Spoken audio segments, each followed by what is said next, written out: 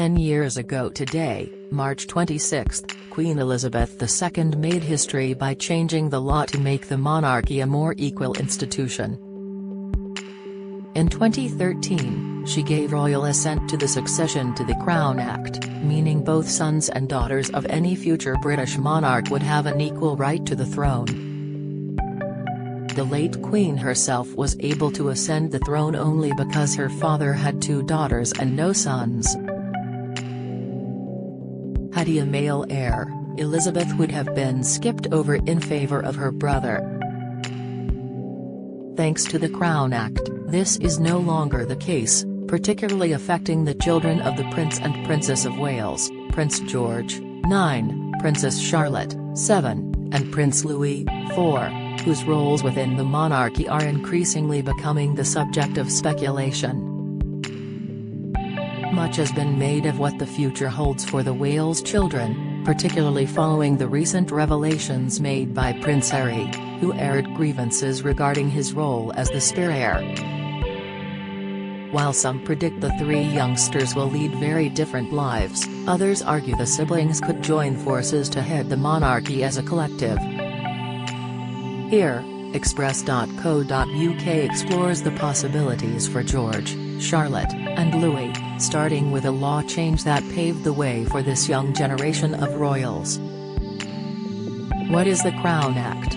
The order of succession is not only regulated through descent but also by parliamentary statute, and the original constitution, which governed the accession of monarchs, was determined back in the 17th century, with the Bill of Rights, 1689, and the Act of Settlement, 1701, which stated that firstborn women, who were direct descendants of the monarch, could be passed over in favor of their younger male sibling.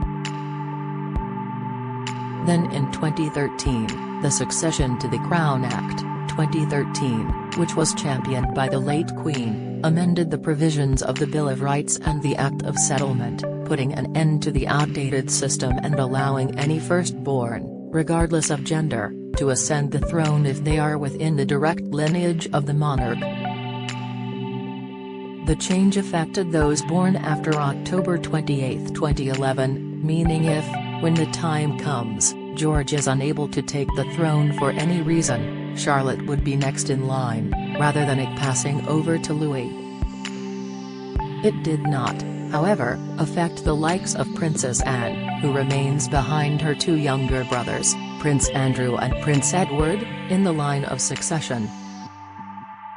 In championing the amendment, Queen Elizabeth, undoubtedly, transformed the face of the monarchy for both royal generations to come and her great-great-grandchildren, namely the children of Prince William and his wife Kate, Princess of Wales, who come in as 2nd, 3rd and 4th in line to the throne.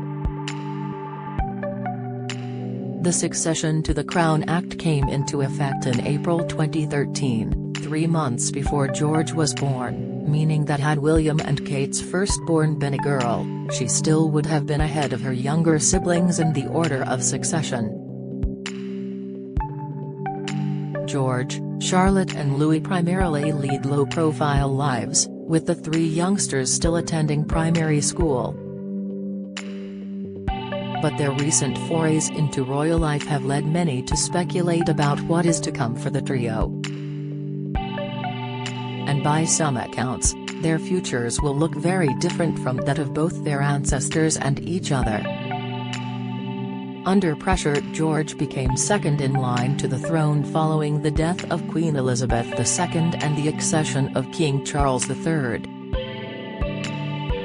Kate's proud mama moment sparks frenzy as she lights up seeing George and Charlotte. Kate, the Princess of Wales, sparked a wave of support after resurfaced footage showed the royal caught in a proud mama moment over Prince George and Princess Charlotte. Video from Princess Eugenie's wedding shows Kate beaming as soon as she lays her eyes on her eldest son and daughter.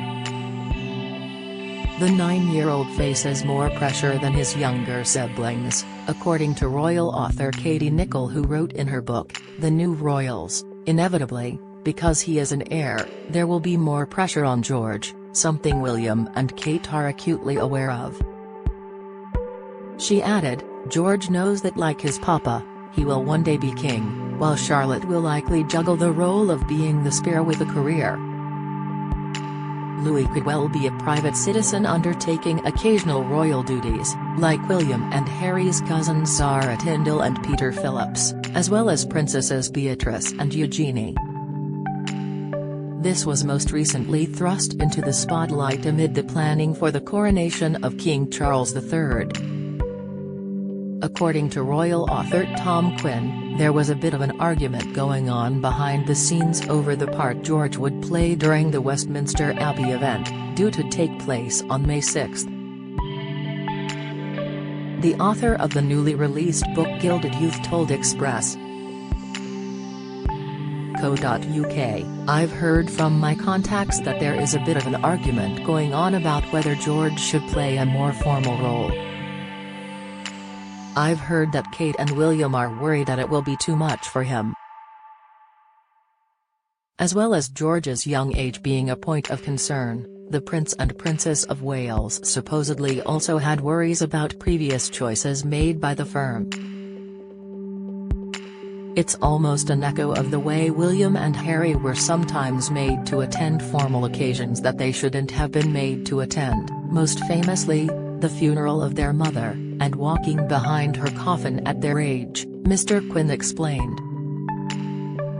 "A lot of people criticized that and said that it was a horrible thing to make two boys that young, and especially Harry, do," he continued. "So I think people are remembering this and thinking, well, hang on a minute, if George is some sort of a page boy, or has a similar role at the coronation, is that going back too far towards the traditional roles?" It has since been reported that George will play a role in his grandfather's coronation, with plans, seen by The Times, suggesting that the young heir will join his parents in a carriage behind the King and Queen, who will travel in the Gold State coach.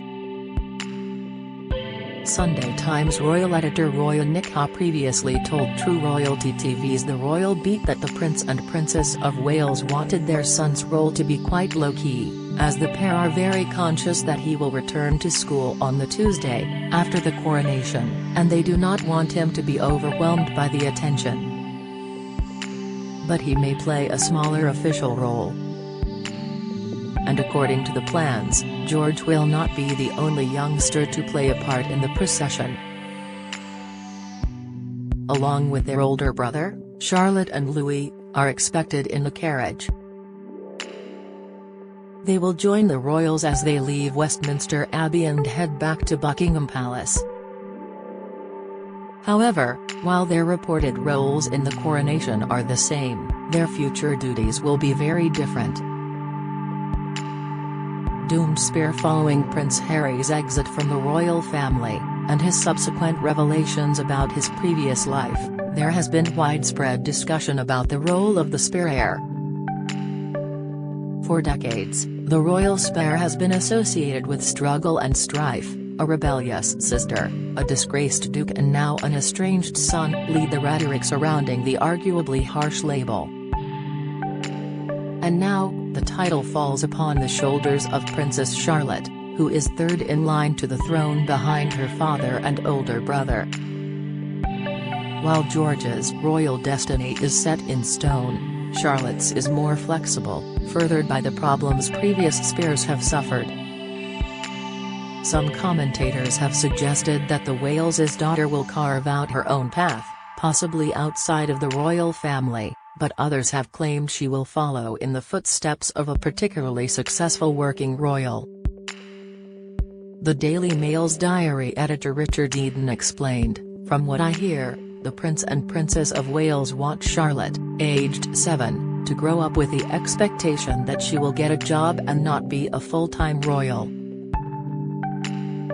This path for the young princess would be in keeping with her grandfather, King Charles Ives' vision for a slimmed-down monarchy."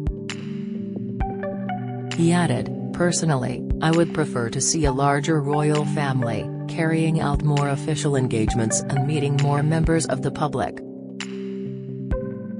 If Charlotte is to get a job and not be an active member of the firm, she needs to be ready to step into the breach, if needed." In contrast, Mr. Quinn likened Charlotte's seemingly grounded and self-assured personality to that of her great-aunt Princess Anne, saying the 7-year-old may play a role similar to the one Anne is playing for the crown and the king, as well as possibly assuming her Princess Royal title. He told Express.co.uk, Princess Anne has never really struggled, she's famously quite supportive of Charles. And she is kind of a tougher character than Charles, because I think she has always known she wouldn't become the monarch, whereas Charles, growing up, was under that pressure. And I think something similar will happen in the younger generation too. Don't miss: should Harry be banned from wearing ceremonial robes at coronation? Poll: Eugenie pregnancy news proves Andrew has affected whole family. Expert, exclusive, Meghan left options open for blog relaunch before marrying Harry. Latest, the author asserted there is definitely a parallel between Anne and Charlotte, adding the younger princess seemed more sure of herself, more centered, more grounded, than Prince George, before concluding that Charlotte will be a really good support for her elder brother. Lost soul. Meanwhile, Louis, as the third child of the Prince and Princess of Wales, is the most at risk of feeling like a lost soul, Mr. Quinn believes. With Charlotte as the spare, Louis becomes the double spare, according to the author, who told Express.co.uk, like all royal children, he will quickly become aware that he has a life of luxury but he can't really escape it and have an ordinary life, but has also not the number one, has not going to be, or it's very unlikely, that had ever become the monarch. Moreover, unlike his siblings, Louis may not receive a special title once his father ascends the throne. As the Wales's youngest son, the 4-year-old's future title depends largely on when William becomes king. A spokesman from London-based etiquette agency Debrets told Express.co.uk in 2020, Prince Louis may well take up one of his father's lesser titles, although the majority of Charles' titles could be used by George, given that he will be the Prince of Wales someday. Louis is, however, unlikely to get a dukedom until he gets married. That being said, Mr. Quinn believes Kate and William have learned from the past and will take provisions to avoid their younger son following in the footsteps of lost spears that came before him. He explained, I think because the royal family now is so aware of the mistakes that they've made in the past, especially with bringing up children, I think they will make enormous efforts to make sure that Louis doesn't feel like a lost soul. And I think it will be easier for Kate and William to ensure that that happens, partly because the world has changed so much. Even since William and Harry were young, the world's changed a great deal. Breaking the cycle, the Princess and Princess of Wales have tried to give their children as normal a childhood as possible, shielded from the spotlight and the public eye. With this aim in mind, last year, the Waleses relocated to Windsor, with a royal source claiming this was very much a decision that's been led by the kids. They told PA at the time, this is very much a decision that two parents have made to give their children the most normal start possible. Kensington Palace can be a little bit of a fishbowl. They wanted to be able to give George, Charlotte and Louis a bit more freedom than they have living in central London. William and Kate are understood to be aware of the heir and spare dynamic, but are working to break the cycle for their 3 children.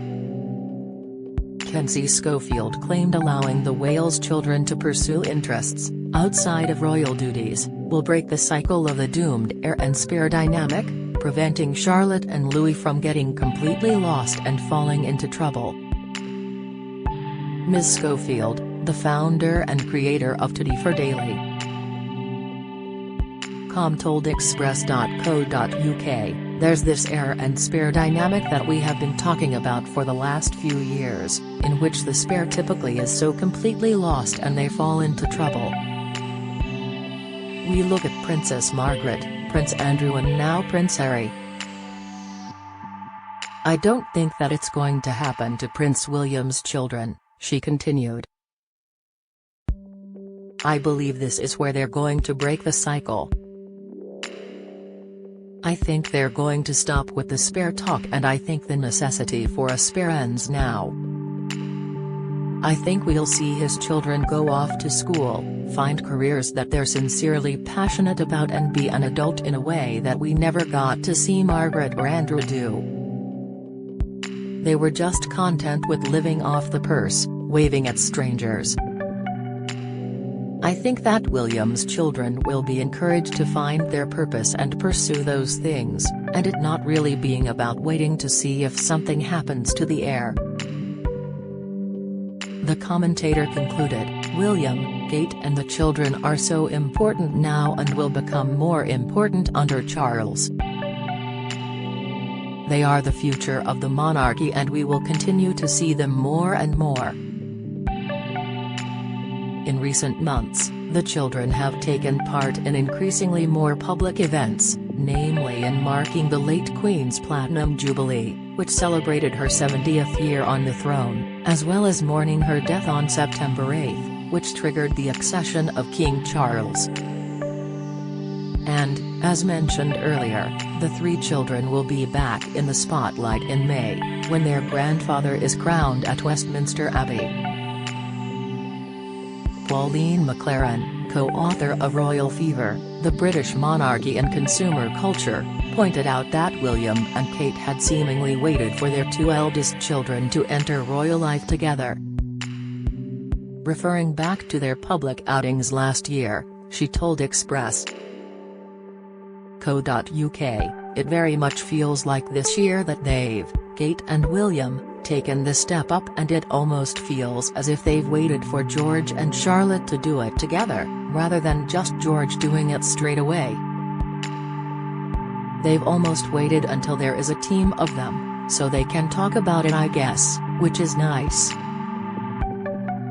Professor McLaren went on to suggest the idea of a more collective approach to the monarchy, noting King Charles's desire to put the Waleses at the forefront of royal duty and put forward a united front.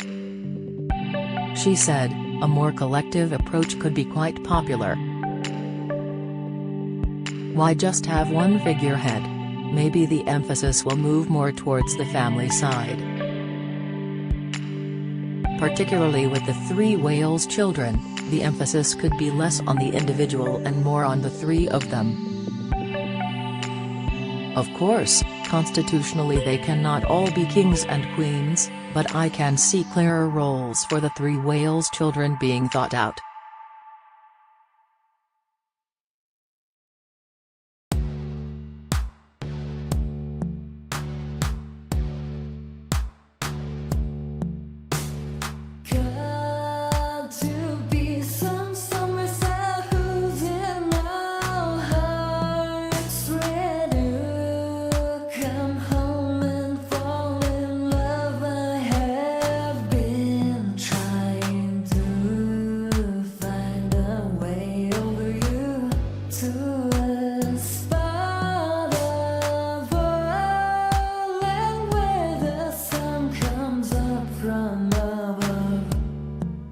Now